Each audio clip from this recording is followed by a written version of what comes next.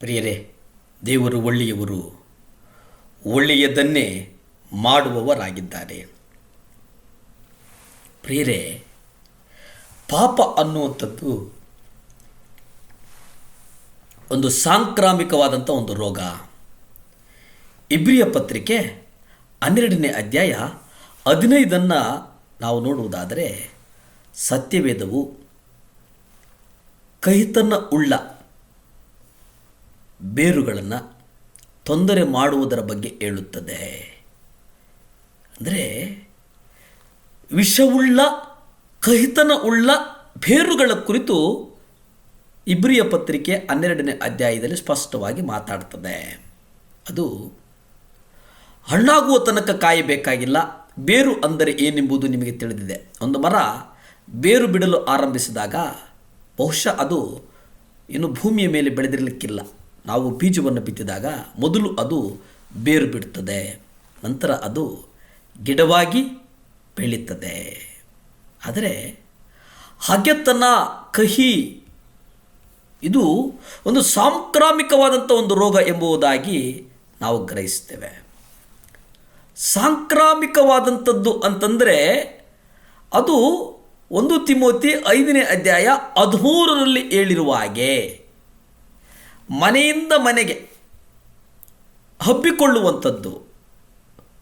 ಎಷ್ಟರ ಮಟ್ಟಿಗೆ ಹಬ್ಬಿಕೊಳ್ಳುತ್ತದೆ ಅಂತಂದರೆ, ನಾವು ಎಷ್ಟೇ ಜಾಗರೂಕರಾಗಿದ್ದರೂ ಅದು ನಮ್ಮನ್ನು ದಹಿಸದೆ ಬಿಡುವುದಿಲ್ಲ. ಸೈತಾನನು ದೇವರ ಮುಂದೆ ಸಹೋದರರನ್ನು ದೂರ್ತಾನೆ. ಸೈತಾನನು ನಮಗೆ ಅನೇಕ ಸುಳ್ಳುಗಳನ್ನು ಹೇಳಬಹುದು. ಅವನೊಬ್ಬ ಸುಳ್ಳುಗಾರ.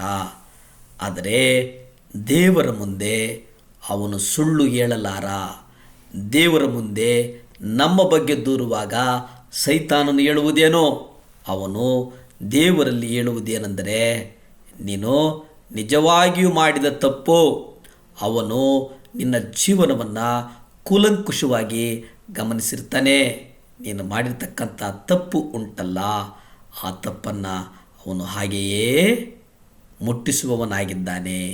ಕೊಲೊಸ್ಸೆ ಪತ್ರಿಕೆ 3ನೇ ಅಧ್ಯಾಯ 13ರಲ್ಲಿ ನೀವು ನೋಡುವುದಾದರೆ, ಯಾವನಿಗಾದರೂ ಒಬ್ಬನಿಗೆ ಇನ್ನೊಬ್ಬನ ಮೇಲೆ ವಿರೋಧವಾಗಿ ವ್ಯಾಜ್ಯವಿದ್ದರೆ ಒಬ್ಬರಿಗೊಬ್ಬರು ತಾಳಿಕೊಂಡು ಕ್ರಿಸ್ತನು ನಿಮ್ಮನ್ನು ಕ್ಷಮಿಸಿದಂತೆಯೇ ನೀವು ಒಬ್ಬರಿಗೊಬ್ಬರು ಕ್ಷಮಿಸಿರಿ. ಪ್ರಿಯರೇ, ಇಲ್ಲಿ ಕರ್ತನು ಹೇಳುವಂಥದ್ದು ಏನಪ್ಪ ಅಂತಂದರೆ, ಕ್ಷಮಿಸಿರಿ. ಕ್ಷಮೆ ಬಹಳ ಮುಖ್ಯ.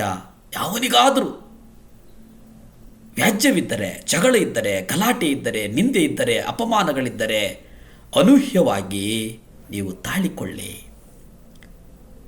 ನಿಮ್ಮ ಕುರಿತು ಇಲ್ಲದನ್ನು ಮಾತಾಡಿದರೂ ಸರಿಯೇ, ನೀವು ಕರ್ತನ ಪಾದದ ಸಮ್ಮುಖದಲ್ಲಿ ತಾಳಿಕೊಳ್ಳಿರಿ. ತಾಳಿದವನು ಬಾಳಿಯಾನ ಎಂಬುವುದು ಇದಕ್ಕಾಗಿಯೇ. ಯಾವನಿಗಾದರೂ ಒಬ್ಬನಿಗೊಬ್ಬನು ವ್ಯಾಜ್ಯ ಮಾಡುವಾಗ ನೀವು ತಾಳಿಕೊಂಡರೆ ಕರ್ತನು ನಿಮ್ಮನ್ನು ಕ್ಷಮಿಸುವವನಾಗಿದ್ದಾನೆ. ಕರ್ತನು ನಿಮ್ಮೊಟ್ಟಿಗೆ ಇದ್ದಾನೆ ಎಂಬುದನ್ನು ನೀವು ಗ್ರಹಿಸಿ. ನೀವು ಯಾರನ್ನು ನಾಶಪಡಿಸುತ್ತಿ? ನೀನು ಸುಳ್ಳು ಕಥೆಗಳನ್ನು ಹೇಳಿ ಇನ್ನೊಬ್ಬರನ್ನು ಹೆಸರನ್ನು ನಾಶಪಡಿಸ್ತೀಯ ಅನ್ನುವಂಥದ್ದು ಜಾಗರೂಕನಾಗಿರು. ಈ ಲೋಕದಲ್ಲಿ ಇತ್ತೀಚೆಗೆ ನಾವು ನೋಡುತ್ತೇವೆ, ಕರ್ತನ ಮಾತುಗಳಿಗಿಂತ ಅನೇಕ ಹೊರಗಡೆ ಮಾತುಗಳೇ ಹೆಚ್ಚಾಗಿದೆ. ಎಚ್ಚರಿಕೆ ಇರಲಿ. ಕರ್ತನ ಬರೋಣಕ್ಕೆ ಸಮೀಪವಾಗಿದೆ. ಸಮಯ ವ್ಯರ್ಥ ಮಾಡಬೇಡ. ಈ ಕಾಲ ಸಲ್ಲದು. ಜಾಗರೂಕನಾಗಿರು. ಕರ್ತನು ನಿನ್ನನ್ನು ಆಶೀರ್ವದಿಸ್ತಾನೆ. ನೀನು ಜಾಗರೂಕನಿಲ್ಲ ಅಂತಂದರೆ ಕರ್ತನು ನಿನ್ನನ್ನು ಆಶೀರ್ವದಿಸುವುದಿಲ್ಲ. ಆ ನ್ಯಾಯ ತೀರ್ಪಿನೊಳಗೆ ನೀನು ಒಳಗಾಗ್ತೀಯ. ಪ್ರಾರ್ಥಿಸಿಕೊಳ್ಳೋಣ. ಭೂಮಿ ಆಕಾಶಗಳನ್ನು ಉಂಟು ಮಾಡಿದಂಥ ಸರ್ವಶಕ್ತನಾದಂಥ ದೇವರ ಸ್ತೋತ್ರಪ್ಪ. ಮನ್ನಿಸು ಸ್ವಾಮಿ, ಮನ್ನಿಸು ದೇವರೇ.